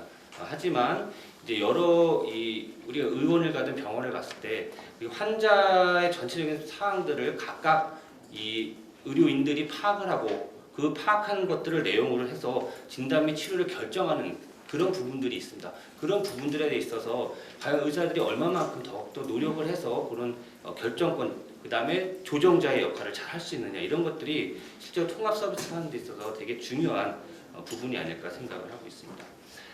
또한 노인이라는 이 역할이 사실은 다양한 만성적인 질환의 복합으로 갖고 있는 그런 부분도 있고, 또 질병은 아니지만 노쇠라는 부분이 있습니다. 우린 나이가 들면 자연스럽게 건강이 약화되는 거거든요. 이게 특별한 질병이 있지 않다고 하더라도 그런 부분들을 우리가 함께 통합적으로 보려면 사실 의사 혼자서도 판단할 수 있는 어려운 부분들이 많습니다. 그렇기 때문에 이 다양한 이 진료과들에 대한 영역들이 어떻게 보면 팀 어프로치가 돼야지만 적절한 의료 서비스를 제공할 수 있다고 생각을 하고 있습니다. 세 번째는 지역 의사회의 역할인데, 지역 의사회의 역할은 왜 커뮤니티 케어에서 중요하냐? 커뮤니티 케어는 지역 사회의 서비스입니다. 즉 지역 시민들한테 서비스를 제공하는 거거든요. 그래서 지역 사회에 있는 의사들이 참여해 주는 게 사실은 중요합니다. 내가 봤던 환자를 다시 보러 갔을 때, 아니면 그 사람한테 우리가 어떤 서비스를 했을 때 환자가 느끼는 순응도와 환자가 느끼는 어떤 치료적인 부분에 대한 효과는 훨씬 더 크거든요. 그리고 그 환자, 노인이라는 이 환자가 갖고 있는 다양한 어떤 질병적인 부분이나 건강적인 부분들을 우리가 봤을 때 그 분에 대한 파악을 하는데 시간이 많이 걸립니다, 사실은.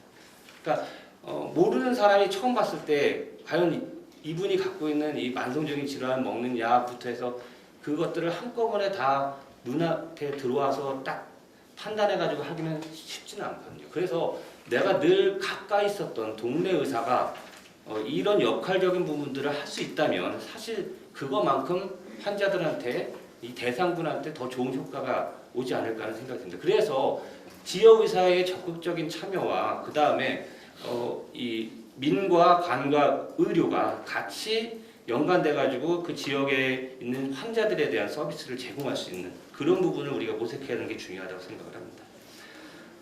첫 번째 김영수 교수님께서 발제를 하셨을 때 이 대상자 부분들에 대한 부분을 많이 말씀을 하셨잖아요. 사실 저는 커뮤니티 케어의 가장 중요한 건 대상군의 선정이라고 생각합니다. 치료적인 부분은 다양한 방법들이 고려될 수 있습니다. 방문 진료, 재택 진료 중요합니다. 하지만 커뮤니티 케어가 방문진료, 재택진료 끝나는 건 아니고요. 뭐 다양하게 요양기관의 훼손과 의뢰가 될 수가 있고 환자가 적극적으로 필요한 의료 서비스를 제공하는 것이 중요하지 이게 어떠한 하나의 치료적인 그 카테고리 하나로서 결정되는 건 아닙니다. 단 어떤 환자가 꼭 이런 서비스를 받아야 되느냐 이거를 선정하는데 더욱더 많은 시간과 노력이 필요하다고 생각합니다. 질병에 대한 부분도 있을 거고 어떤 경제적인 상황, 사회적인 상황 뭐 다양한 부분들이 다 복합적으로 있기 때문에 이 부분에 있어서 의료직들이 제대로 된 참여가 필요하고 평가가 필요하다고 생각을 합니다. 지역의사회가 어떻게 보면 이런 부분에 있어서 각 지역에 있는 의원들을 통해서 또 대상자들을 이렇게 선정하거나 아니면 대상자의 어떤 요건들을 가질 수 있는 분들을 이렇게 발굴해내는 과정 그리고 그걸 통해 가지고 의사들이 직접적인 평가에 더욱더 적극적으로 참여를 해서 실제적으로 진짜 필요한 환자분한테 서비스를 제공할 수 있는 그런 노력이 가해져야 된다고 생각을 합니다. 마무리 좀 부탁합니다. 예. 사실 향후 커뮤니티 케어가 발전해가야 될 방향들은 너무나 큰 방향이기 때문에 저는 초기에 우리가 어떻게 접근을 하냐가 되게 중요하다고 생각합니다. 이런 또 이 민간 의료기관과 그다음에 정부, 관, 지자체와 그다음에 지역 의사회와 또 보건소와 이런 어떤 전반적인 유관 단체들 간의 향후의 프로토콜을 잘 만들어갔으면 좋겠고 지역 의사회가 어떤 모형의 개발 단계부터 직접적으로 참여를 해서 그 의견을 같이 개진하는 그런 형태의 모델이 되었으면 좋겠습니다. 이상입니다. 환자들을 의사가 어떻게 건강에 회복할 수 있도록 환자의 상태를 알기 때문에 참여하는 게 중요하고 기존과 달리 좀 지역 의사회 얘기를 했습니다. 재택의료, 방문 수가 이게 지난달에 건정심에 올라갔다가 좀 떨어지긴 했지만 아마 이제 방문 진료하는 것에 대한 수가가 좀 보다 체계적으로 되면 아마 지역 의사회의 좀 역할도 좀 많이 활성화될 것 같습니다. 수가 관련해서도요.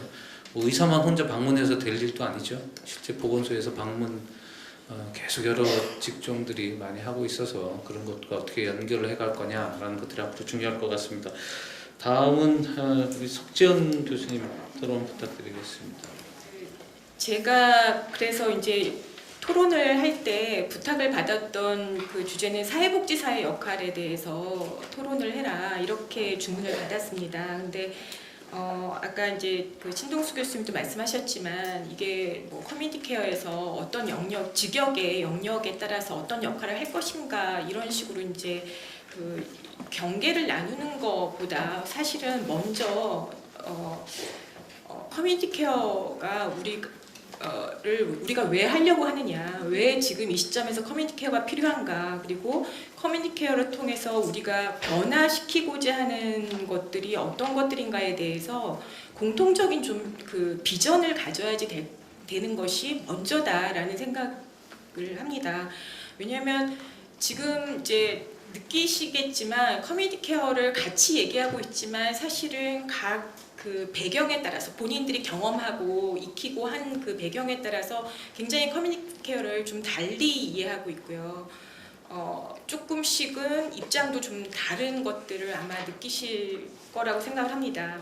근데 그러면 예를 들면 지금 커뮤니티 케어 이전엔 뭐가 되고 있었던 게 없었냐라고 하면 각 영역에서 사실은 서비스가 이루어지고 있었습니다. 의료 우리가 충분히 사실은 이용하고 있고요. 그 다음에 복지도 여러 가지 제도들이 들어와서 뭐 여러 가지 사각지대 메운다고 굉장히 많은 제도들이 들어와 있습니다. 뭐 보건도 마찬가지고요. 그래서 보건도 뭐 만성질환 관리 뭐 해가지고 여러 가지 프로젝트성 사업들을 사실 보건소에서 굉장히 많이 추진하고 있고요. 저는 그렇게 각각의 많은 제도들이 그리고 프로젝트들이 들어와서 어쨌든 이 건강한 그 돌봄 사회를 위해서 여러 가지 이제 말하자면 자원을 투입을 하고 있는데 이것들이 지금 현재 이제 정말 이제 초고령 사회에서 이런 수요들이 급증하는 그런 사회에서 지금 이런 식으로 되고 있는 것들이 과연 좀 지속 가능한 시스템이냐, 좀 더 잘 할 수 없겠느냐. 예를 들면 사각지대가 여전히 사실은 제도 간에는 또 있고요, 간극이 있고 그런 부분들이 좀 어떻게 보면 잘 좀 정비해야 되지 않느냐라는 거고요. 사실은 그래서 커뮤니티 케어는 어떻게 보면 서비스 볼륨의 양도 그리고 볼륨이나 아니면 종류의 양 뭐 이런 것들이 굉장히 확대돼야 되는 것이 사실이긴 하지만 절대적으로 양을 먼저 염두에 둔다라기보다는 저는 질적인 전환을 사실은 염두에 둔 어떻게 보면 관점의 변화, 그 다음에 일하는 방식의 변화, 여러 가지 어떻게 보면 우리 사고와 가치의 변화가 사실 저는 가장 중요한 부분이라고 생각을 합니다. 근데 그런 부분에 대해서 충분히 우리가 논의되지 않으면 그야말로 그냥 서비스 기존의 각각의 영역에 있는 서비스 그냥 연계해주고 조정해주는 정도의 수준의 본인들의 어떻게 보면 영역을 조금 더 넓히자 뭐 이런 식으로의 접근으로 자꾸 기결되고 어떻게 보면 그것은 우리가 그러니까 커뮤니티 케어가 이제 얘기되게 된 배경하고는 굉장히 거꾸로 가는 방향일 수 있다라고 생각을 합니다. 그래서 제가 이제 그 토론문에도 썼지만 어쨌든 가장 중요한 건 우리가 좀 더 어쨌든 삶의 질이나 이런 좀 더 다른 관점, 그러니까 다른 관점이라고 하는 거는 그야말로 기능적으로 뭐 욕구를 기능적으로 해결하는데 그 타겟팅 해가지고 해결하는데 좀 초점을 뒀다면 우리가 산다는 게 무엇인가, 어떻게 하는 게 인간적인 삶인가, 어떻게 하는 게 존엄한 돌봄인가 라는 부분에 대해서 우리의 생각들을 좀 환기시키고 성찰하고 좀 비판적으로 다시 한번 돌아다보고 어떤 식으로 서비스를 해야지, 일하는 방식을 어떻게 서로 바꿔야지, 그런 것 속에서 저는 직역 간의 협력과 그 다음에 이 문화가 좀 달라질 수 있지 않은가라는 생각을 하는 거고요.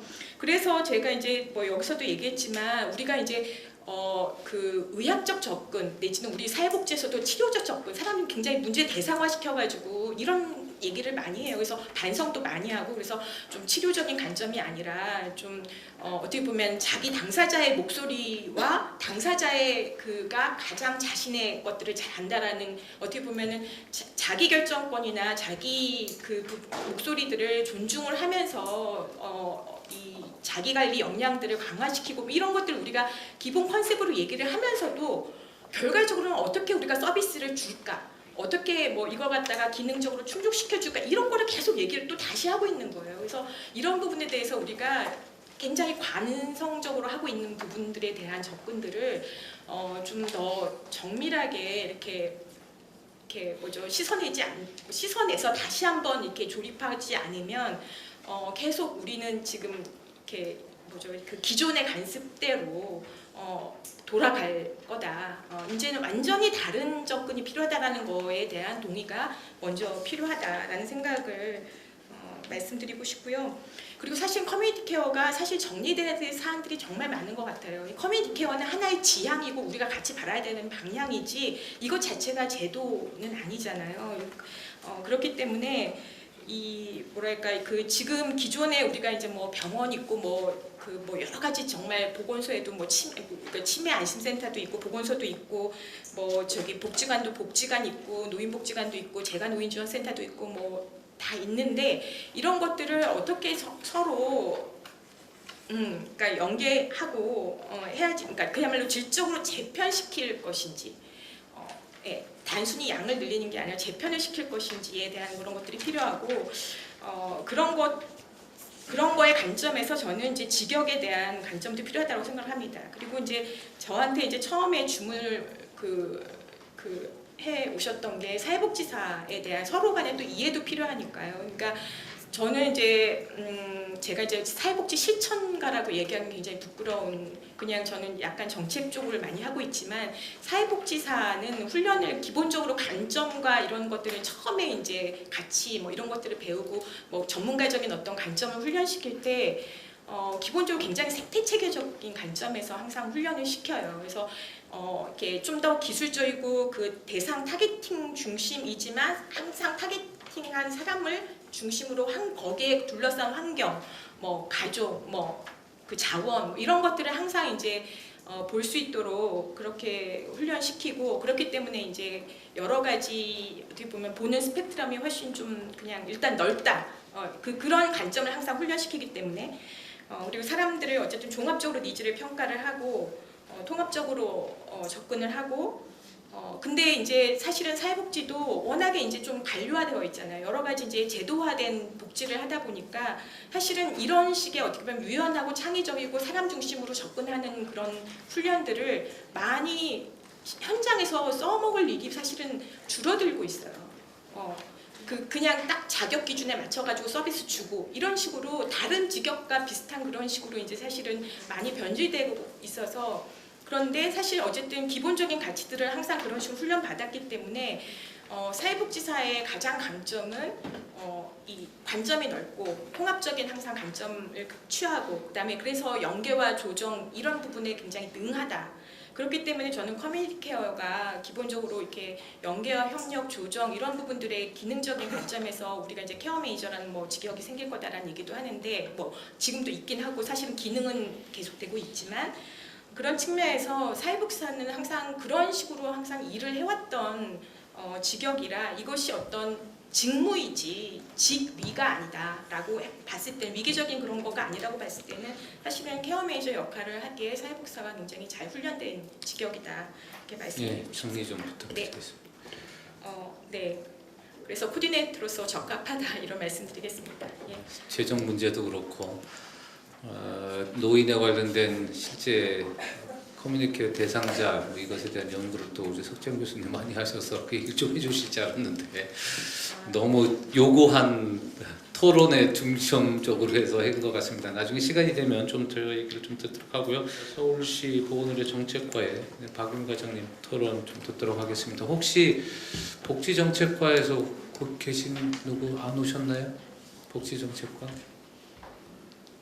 예, 안 오셨으면 좀 토론을 좀 들으려고 그랬는데 예, 우선 박유미 과장님 토론 부탁드리겠습니다.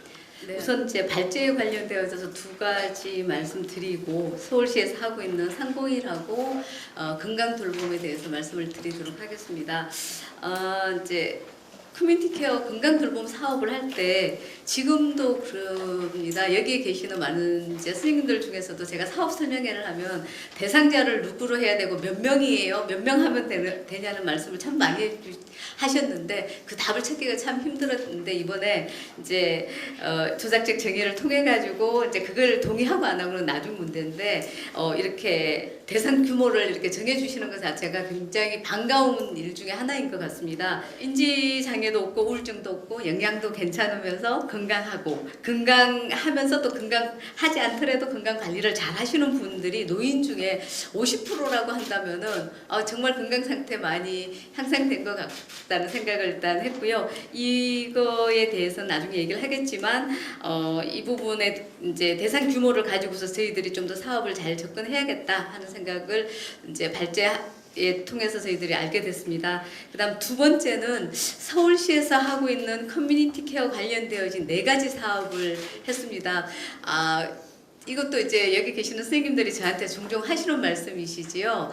301 사업하고 건강 돌봄 연결하라 그러고 차동하고 연결하라 그러고 요즘은 하물며 복지 쪽에서 하고 있는 돌봄 SOS하고 같이 연계하라고 하는데 어떻게 연계해야 되는지 뭘 연결하고 하는지 단순히 이렇게 연결 환자를 건네주는 어뢰 정도의 수준인가 이런 얘기들을 하면서 많이 궁금해 하셨는데 오늘 물론 이 사업에 관련되어져서 어떤 식으로 이제 각각 역할을 하고 상호 보완하는 관계로 만들어져서 포괄적이고 지속적인 서비스 자체를 우리 대상자들한테 제공할 것인가 필요하다고는 이제 말씀하셨지만 그 방향에 대해서는 아마 추후 이제 용역 끝날 때 되면 나올 것 같습니다. 그러니까 여기 계시는 분들 다들 기뻐하십시오. 연계할 수 있는 모형이 나올 거고요. 나오면 서울시에서 분명히 저희 보건의료 정책과에서 여러분들과 함께 만들어준 모형 가지고 잘 해나가겠다 하는 말씀을 일단 드리고요. 이제 두 번째 말씀드리겠습니다. 서울시에서 하고 있는 사업 중에서 특히 저희과에서 하는 사업이 301 네트워크 사업하고 건강 돌봄 사업입니다. 301 네트워크 사업은 좀 전에 이제 북부병원에서 이지연 선생님께서 말씀해 주셨는데 옛날에는 이제 초기에는 이제 복지관이나 아니면은 동주민센터 또 사회시설에서 이 환자 입원해야 되는데 집에서 안 나와요. 당뇨 환자인데 집에 가니까 다리가 퉁퉁 부어 있고 꼼짝을 안 하고 말을 안 들어요. 이렇게 저희들한테 얘기 오면은 저희들이 301에서 팀이 나가서 이 환자를 데리고 와서 보건, 의료, 복지를 연계해주는 서비스를 했다고 한다면은 올해 지금 9번의 모임을 가졌습니다. 실무 쪽에 계시는 선생님들하고 과장급 선생님들하고 모여서 301 사업이 시립병원에 입원하는 환자가 퇴원해서 지역사회에 나갈 때 어떻게 내보내야 되고 나갈 때 건강돌봄이나 다른 복지 서비스에 어떤 식으로 연결해 나가야 될 것인가 하는 것을 같이 고민하면서 301에 대한 비전과 역할을 지금 9번이나 회의를 했거든요. 그래서 우리 301 팀하고 같이 해서 저희들은 그렇게 할 예정입니다. 불필요한 병원에 재입원하는 것을 낮추는 방향으로 저희들이 301 사업을 해나갈 거고요.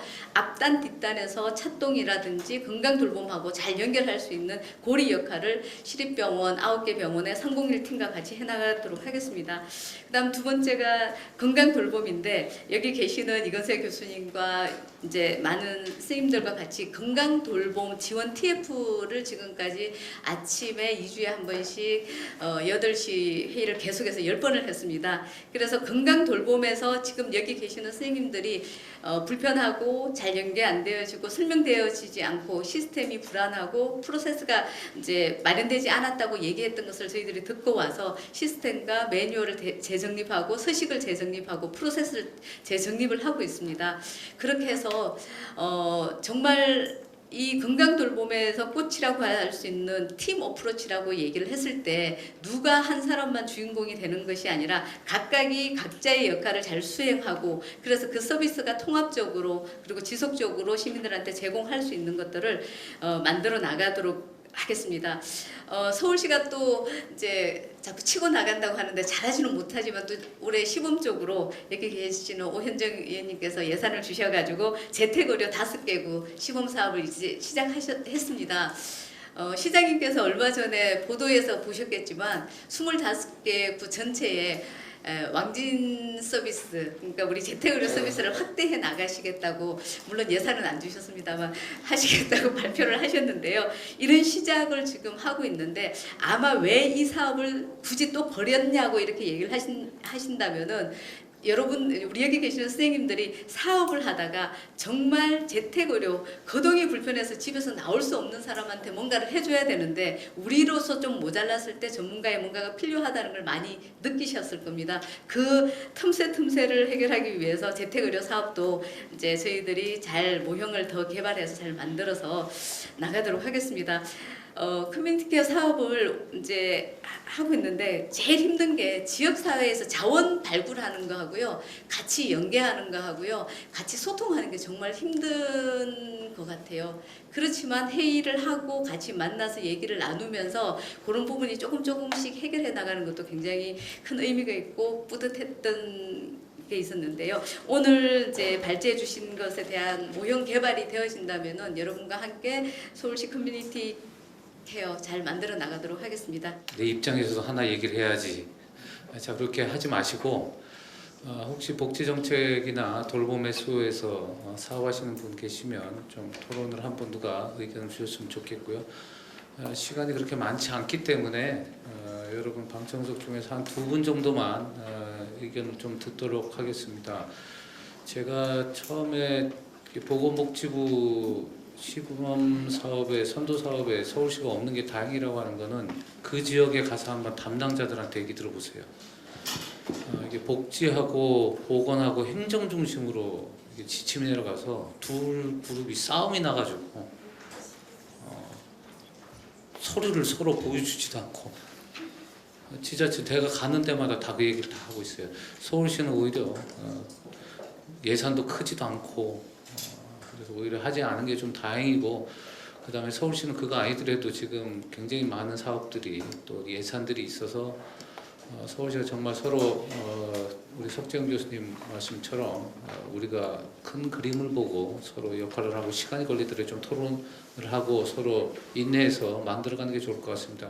오늘 이제 서울형 커뮤니티 케어 모형 개발료 연구 토론회인데 그 향후에 이제 이게 아까 뭐 설명을 듣긴 했지만 이제 그 이거를 어떤 전체적인 그 커뮤니티 케어적인 그런 그 모델을 가지고서 이제 이 기존에 하던 네 가지를 이제 통합적으로 나중에 새로운 어떤 커뮤니티 케어라는 형태로 가져가야 되는 건지, 아니면 그냥 커뮤니티 케어라는 그런 의미만 가지고 기존 것들을 그냥 유지하는 건지, 그러니까 정확하게 말을 잘 못해서 커뮤니티 케어라는 걸 새로 만들어야 되는, 그런 통합적으로 새로 만들어야 되는 건지, 아니면 기존 거를 가지고 가되 이런 그걸 전체적으로 커뮤니티 케어로 보고 그냥 이렇게 통합적으로 이걸 계속 잘 해 나가야 되는 건지, 어떤 거로 가야 되는 건지, 아니면 생각을 더 해야 되는 건지. 서울형 커뮤니티 케어 모형 개발이라는 발표에서는 만 65세 위주로 해서 노인들 대상의 정책들이나 이야기들만 나온 것 같아서요. 대상에 대해서 조금 이 부분에 대해서 노인으로 이렇게 확정적으로 지금 나아가고 계신 부분인지, 아니면 장애인들 같은 경우는 지금 탈시설 관련된 것들, 그리고 정신질환 갖고 계신 분들 같은 경우는 이제 그 지역 안에서 함께 살아갈 수 있는 어떤 휴식처라든가 주거 문제 뭐 이런 부분들 관련해서 굉장히 큰 기대를 갖고 계신 걸로 알고 있는데, 이제 그 부분에 대해서 조금 궁금해서. 저희 연구에서는 사실은 좀 이렇게 일단 줄이자는 걸 갖고 갔기 때문에 대상자를 키우면은 집중할 수 없어서 사실은 고려하지 않았습니다. 일단 기본적으로는 일단 노인만 그랬다는 말씀을 드리고, 향후에 이게 당연히 커지면 껴안아야 될 영역이 그 대상인 건 분명하니까 조금 더 연구 측면 내지는 연구 측면에서는 조금 기다려주십사는 말씀을 드릴 수밖에 없고, 뭐 실제로 사업 영역에서 뭐 장애인이라든가 정신질환 영역이 없는 건 아니니까 일단은 그렇게 가야 될 것 같고, 새로운 걸 하자는 게 아니라 기존 사업을 해체 모의할 수 있는 부분이 아니기 때문에 기존 사업을 가지고 현재 갈 수 있는 부분을 저는 고려했고, 물론 이제 서울시 정책이 갑자기 바뀐다, 이건 또 다른 영역이고요. 연구자 입장에서는 현재 하고 있는 사업이 어떻게 좀 더 잘 가야 될 것이냐, 뭐가 빠져있을 거냐, 그러니까 이 현재 저는 네 가지만 바라봤기 때문에 네 가지가 좀 더 발전적으로 가야 된다면 어떻게 상호 보완적이 돼야 될 거냐를 고민했던 거라는 말씀을 드리겠습니다. 그리고 뭐 저를 빼고 나머지 5분 토론 내용 감사하고, 사실은 뭐 반영할 부분도 있고 배운 내용도 많이 있고 사실 조금은 어렵습니다만은, 그러니까 제 입장에서는 이제 사실은 조금은 이렇게 항상 하다 보면은 좀 이렇게 어렵죠. 그러니까 이 연구가 사실 3개월 과제였고 3개월 뭐 한 달 연장돼서 4개월째 접어들고 있지만, 제 연구 가지고 서울형 커뮤니티 케어 모형을 만들 수 있다면 얼마나 좋겠습니까, 그죠? 다만 제 입장에서는 지금까지 서울시가 하고 있는 일 한번 그 연구자 입장에서 한번 체크하고 싶다. 서울시가 현재 어떤 모습을 하고 어떤 모습인가. 다음에 연구자 입장에서 서울시가 서울시 커뮤니티 케어가 간다라면 이렇게 가면 좋지 않겠냐. 그렇다고 저 혼자 이렇게 소설을 쓰면 안 되기 때문에 가급적이면 좀 많은 연구자의 의견을 모으고 좀 합의된 내용들, 좀 더 그런 내용을 전달하고 싶은 마음을 들고 싶습니다. 마치겠습니다. 우리 오늘 저장을 맡아주신 이건세 교수님뿐만 아니라 토론자로 참석해주신 여기 모든 분들께 진심으로 감사드리고, 사실 이 연구 자체가 그렇게 쉬운 연구는 아니라고 생각을 합니다. 정말 이 연구 그 결과로 서울형 커뮤니티 케어의 모형이 우리 박유미 과장님 기대대로 딱 구체적으로 세심하게 이렇게 딱 나온다면 정말 얼마나 좋은 일이겠습니까? 근데 저도 충분히 김영수 교수님의 고민하시는 지점 알 수 있을 것 같고요. 우리나라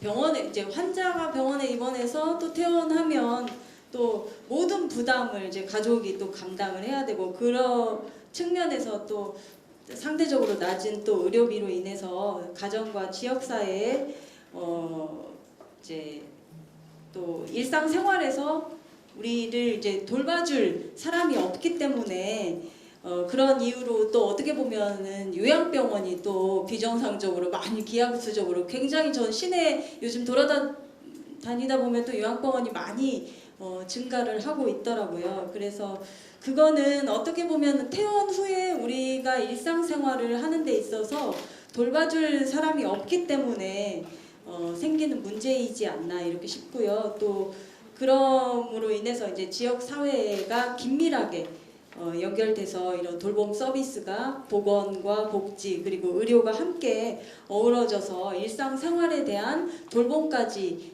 진행이 되는 게 또 진정한 또 커뮤니티 케어가 아닌가 싶고, 그로 인해서 우리나라의 정서와 또 이런 시스템에 맞게 세심하게 커뮤니티 케어가 마련이 돼야 되는 게 맞다고 생각을 하고요. 서울시가 정말 선도적으로 서울형 커뮤니티 케어의 모형을 빨리 잘 적극적으로 마련해서 그게 정착이 된다면 또 지금 우리 교수님도 말씀해 주셨지만 정부에서 아주 구체적으로 커뮤니티 케어에 대한 여러 가지 방안이 마련되지 않은 게 또 현실적이고, 또 그런 의미에서 서울시가 선도적으로 앞장을 우리 행정과 더불어 의회에서도 열심히 노력을 해서 마련할 수 있도록 노력하겠습니다. 오늘 토론회에 참석해 주신 모든 분들께 진심으로 감사드리고요. 늘 항상 건강하시길 바라겠습니다. 감사합니다.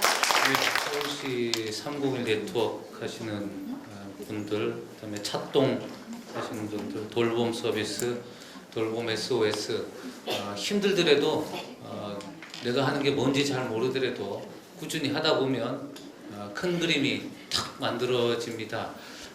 행사 주관해 주신 서울시 의회 보건복지위원회 또 원장님께 감사드리고 마치도록 하겠습니다. 감사합니다.